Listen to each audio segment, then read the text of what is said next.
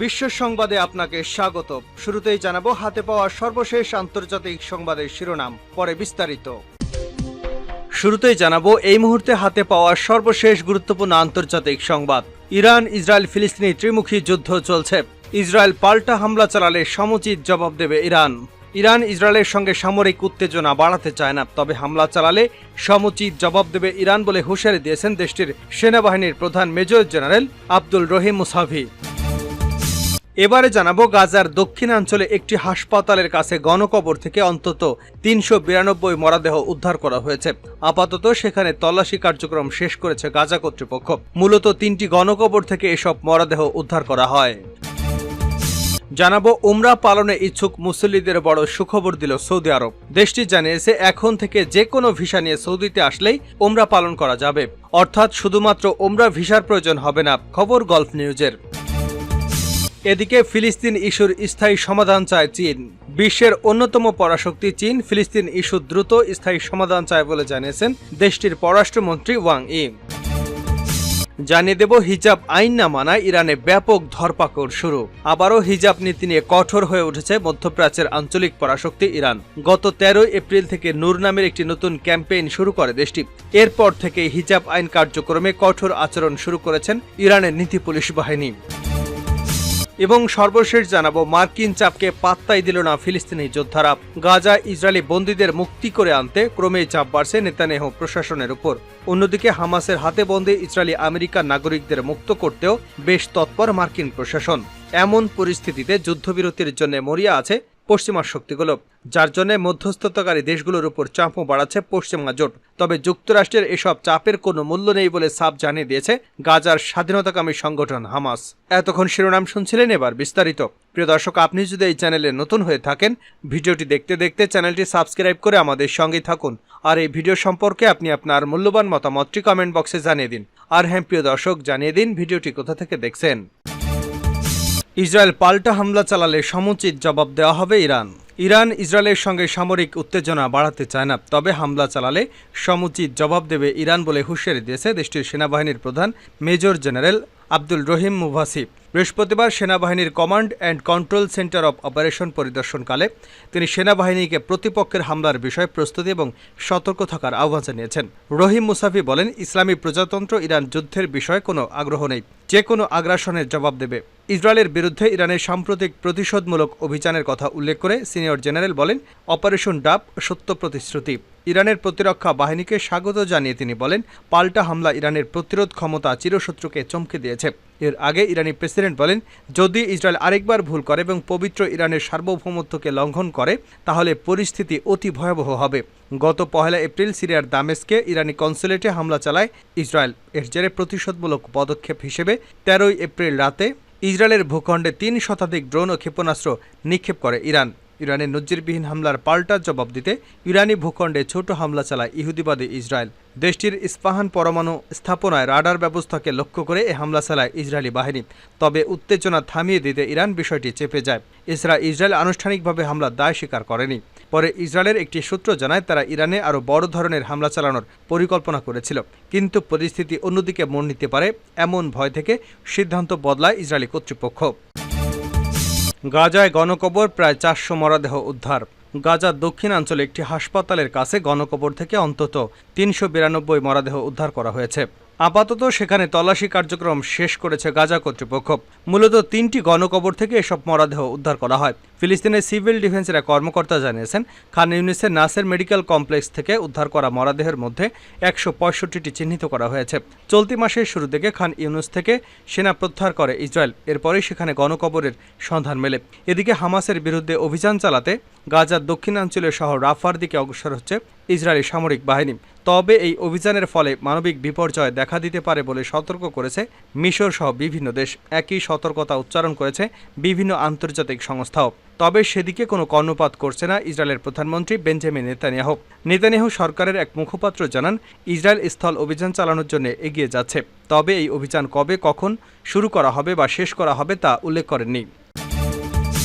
উমরা পালনে ইচ্ছুক মুসল্লিদের বড় সুখবর দিল সৌদি আরব। যেসব মুসল্লি উমরা পালন করতে চান তাদের বড় সুখবর দিয়েছে সৌদি আরব।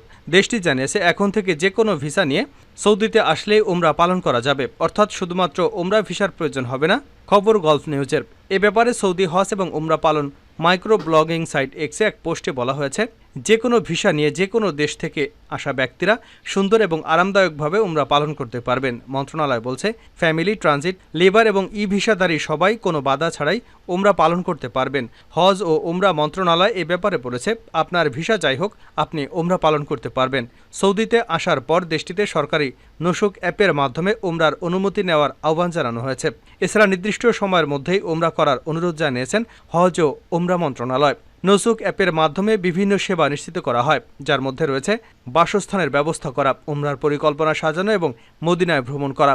সৌদির বাইরের মুসল্লিরা যেন নির্বিঘ্নে এবং সুন্দরভাবে উমরা পালন করতে পারেন, সম্প্রতি বছরগুলোতে বিভিন্ন উদ্যোগ নিয়েছে সৌদি কর্তৃপক্ষ। বিশেষ করে যারা আর্থিক শারীরিক কারণে হজ করতে পারেন না, তারা যেন উমরা করতে পবিত্র মক্কা ও মদিনায় উপস্থিত হতে পারেন, সেজন্য এক্ষেত্রে বিশেষ নজর দিয়েছে সৌদি আরব। এজন্য উমরা পালনের ব্যবস্থা খুবই সহজ করে দেওয়া হয়েছে, যার মধ্যে অন্যতম হল উমরা ভিসার মেয়াদ 30 দিন থেকে বাড়িয়ে 90 দিন করা, স্থল, জল এবং আকাশপথে সৌদিতে প্রবেশের সুযোগ দেওয়া, এছাড়া নারীদের সঙ্গে পুরুষ সঙ্গী থাকার বাধ্যবাধকতা তুলে দেওয়া হয়েছে। ফিলিস্তিন ইস্যুর স্থায়ী সমাধান চায় চীন। বিশ্বের অন্যতম পরাশক্তি চীন ফিলিস্তিন ইস্যুর দ্রুত ও স্থায়ী সমাধান চায় বলে জানিয়েছেন দেশটির পররাষ্ট্রমন্ত্রী ওয়াং ই। বৃহস্পতিবার বেইজিংয়ের মালয়েশিয়া পররাষ্ট্রমন্ত্রী মোহাম্মদ হাসানের সঙ্গে বৈঠকের সময় তিনি একথা জানান। শুক্রবার সাউথ চায়না মর্নিং পোস্টের বরাতে এসব তথ্য জানিয়েছে তুর্কি বার্তা সংস্থা আনাদোলু। চীনা পররাষ্ট্রমন্ত্রী ওয়াং বলেছেন, ফিলিস্তিনের ইস্যু দ্রুত, পূর্ণাঙ্গ, ন্যায্য এবং স্থায়ী সমাধানের কুয়ালালামপুরের সঙ্গে কাজ করতে চায় চীন। 3 দিনের সফরে গত মঙ্গলবার চীন যান মালয়েশিয়ার পররাষ্ট্রমন্ত্রী। চীন সফরকালে ইসরায়েল ফিলিস্তিন সংঘাত বেজিংয়ে অবস্থানের অত্যন্ত প্রশংসা করেছেন তিনি। গত 7 অক্টোবর দক্ষিণ গাজায় প্রবেশ করে নজিরবিহীন হামলা চালিয়ে 1200 ইসরায়েলিকে হত্যার পাশাপাশি প্রায় 250 ইসরায়েলি ও বিদেশি নাগরিককে গাজায় বন্দী করে নিয়ে আসে হামাস। একই দিন হামাসকে নির্মূল এবং বন্দীদের মুক্তি নিশ্চিত করতে ফিলিস্তিনি স্বাধীনতাকামী এই সংগঠনের বিরুদ্ধে যুদ্ধ ঘোষণা করে ইসরায়েল। গত নভেম্বরে 7 দিনের যুদ্ধবিরতি চুক্তির বিনিময়ে 110 জন ইসরায়েলি বন্দীকে হামাস মুক্তি দিলেও এখনও তাদের হাতে শতাধিক বন্দী রয়েছে। এদিকে গাজার স্বাস্থ্য মন্ত্রণালয় জানিয়েছে, গত 7 অক্টোবর থেকে গাজা উপত্যকায় ইসরায়েলি হামলায় নিহতের সংখ্যা 34,300 জনেরও বেশি ফিলিস্তিনি নিহত হয়েছে। তাদের অধিকাংশই নারী ও শিশু। এছাড়া এ পর্যন্ত আহত হয়েছে 77,000-এরও বেশি মানুষ।